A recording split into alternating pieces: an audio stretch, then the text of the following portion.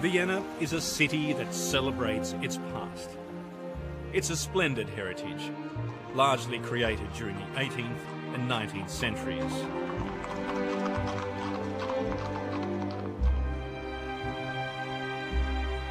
But there's a sense of collective amnesia over one era. A legacy that historian Tina Walzer is determined to reveal.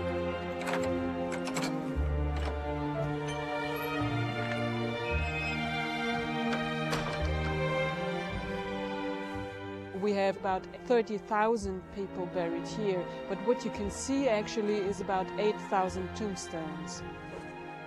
This is Confronting Jewish Cemetery, a 20,000 square metre wilderness in the heart of an obsessively tidy metropolis.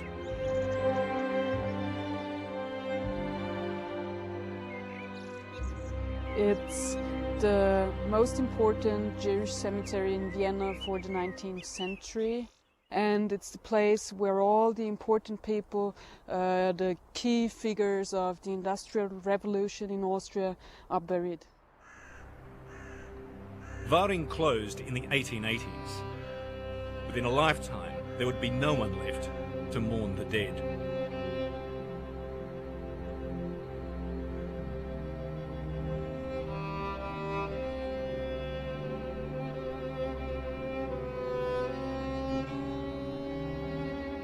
"200,000 Jews lived in Vienna when the Nazis came to power in the 1930s. Those who didn't flee were sent off to the death camps.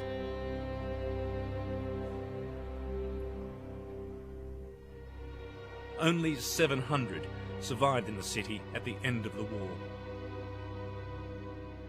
That's part of the reason why the cemetery is looking like this today, because you have to keep in mind that most of the families whose ancestors are buried here have been killed during the Holocaust, so they don't live anymore.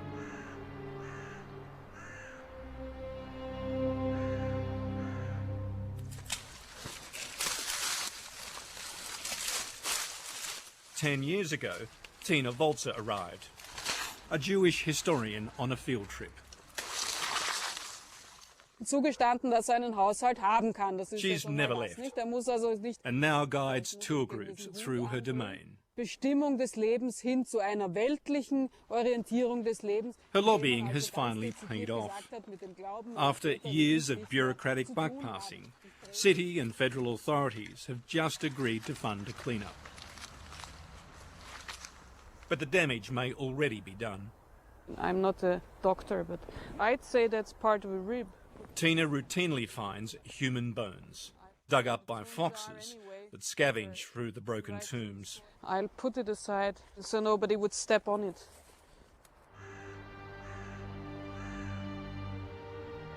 Constant vandalism prompted the construction of a wall, topped with wire and broken glass. If there are visitors for the guided tours at the cemetery, they say, well, why does the Jewish community want the place to look like a concentration camp? So this is what they associate with the barbed wire.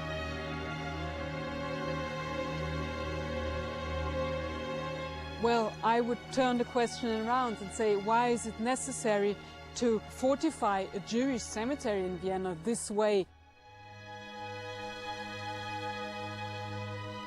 Confronting may be forgotten, but in Vienna's Judenplatz, the memory of the Holocaust is very much alive. On this memorial, only the death camps are listed. The dead remain anonymous.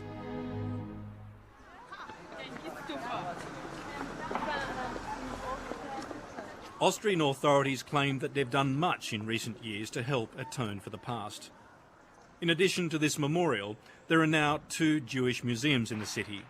The Austrian government has established a fund to provide at least token compensation to the survivors and next of kin of Jewish families whose homes were seized in the war and never returned. But there are those who claim this is all too little too late, that the legacy of Vienna's Nazi past still lingers in these streets.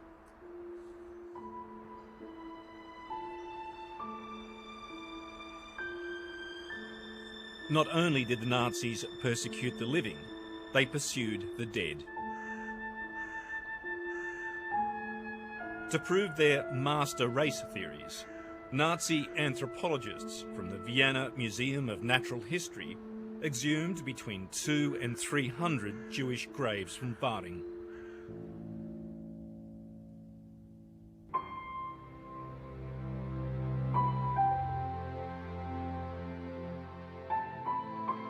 Among the remains taken away for study were those of Fanny von Arnstein.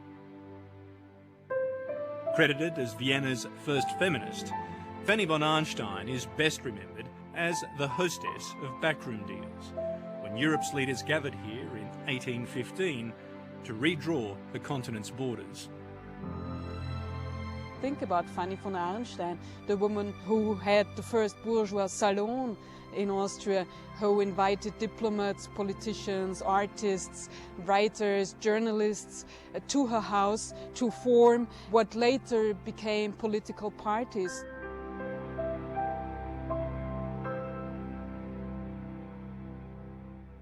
So, Fanny is here, Fanny von Arnstein here. They all converted to Christianity. Baron Ulrich Jordis is a member of the old Austrian aristocracy. The grave was easily identifiable, the name. He's also a direct descendant of Fanny von Arnstein, something he's never discussed publicly, until now. My mother would not think of the fact that we have a Jewish ancestor, yes? So it was this generation who had a complete, unreflected anti-Semitism.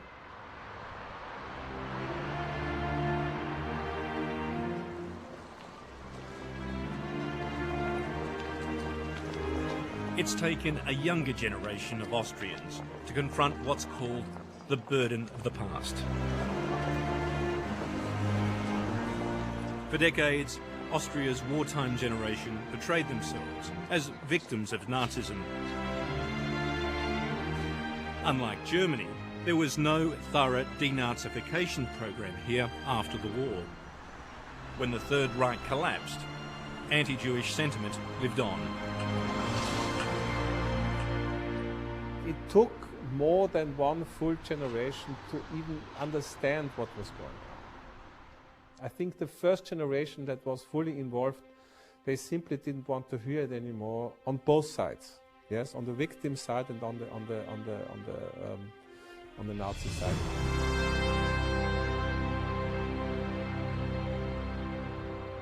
Tina Walzer believes the Vienna Museum of Natural History may still hold Fanny von Arnstein's remains. I think it's simply because the museum forgot about its bones and the skull collection, and that parts of it are originating from the Währing Jewish Cemetery. Our search for Fanny takes us to the museum, imposing both in reputation and presence. The Natural History Museum now faces a complex dilemma confronting leading institutions across the world. What to do with collections gathered in the distant past, often under dubious circumstances? Do human remains belong to science or to the indigenous communities from which they came? This collection holds about 40,000 individuals from different time periods. High above the public galleries, Professor Maria Teschler, head of anthropology, is grappling with the ethical problems posed by her collection.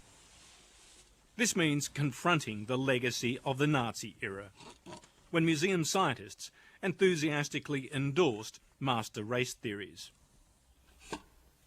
During the Nazi period, the scientific interests changed. From 1938, there was more interest on what is a Jewish individual, how looks a Jewish person. Professor Teschler says she's just completed a lengthy investigation of human remains collected during the Nazi period. Where is Fanny von Arnstein's remains today? I think she has been reburied in 1947 during this action after the Second World War.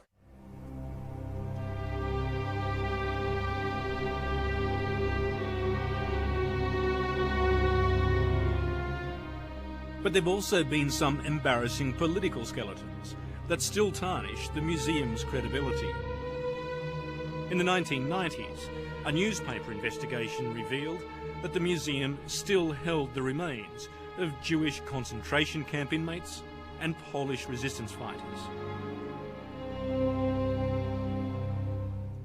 Why did it take until 1999, Yeah, that's 54 years after the end of the Second World War, for those remains to be handed back?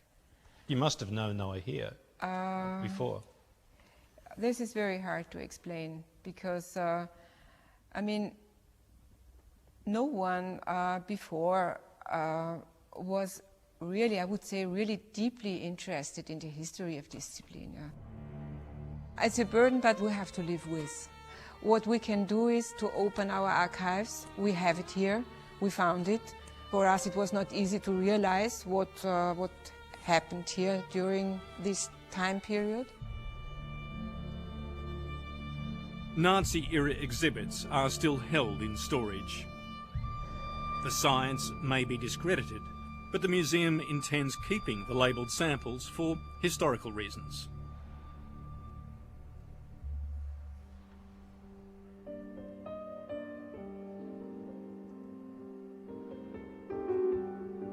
As for Fanny von Arnstein, there were no further leads confirming her fate.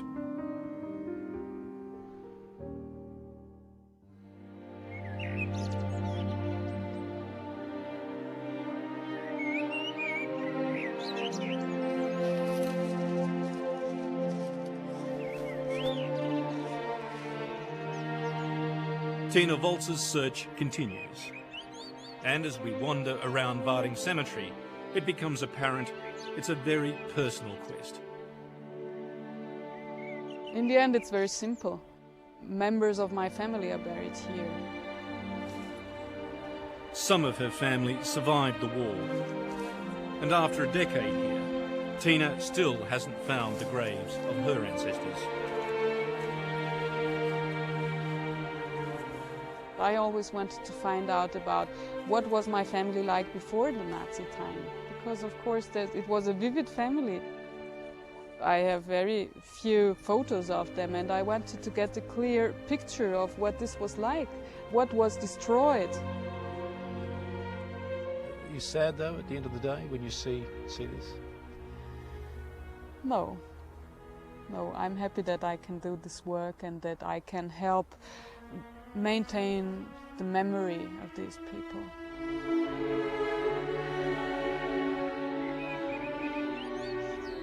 Because that's keeping me alive too.